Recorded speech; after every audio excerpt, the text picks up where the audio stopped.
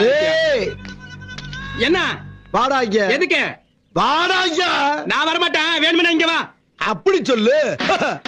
என்ன விஷயம்? என்ன சத்தம் போட்டு பேசுற? யோ, அதுக்கு எதுக்கு அடிக்கிறா? ரவுடினா அடிக்கத்தாண்டா செய்வா. ரவுடியா? ஏன் பார்த்தா எப்படி தெரியுது? ஏதோ பழைய இரும்பு விக்கிற மாதிரில தெரியுது. தெரியும்டா.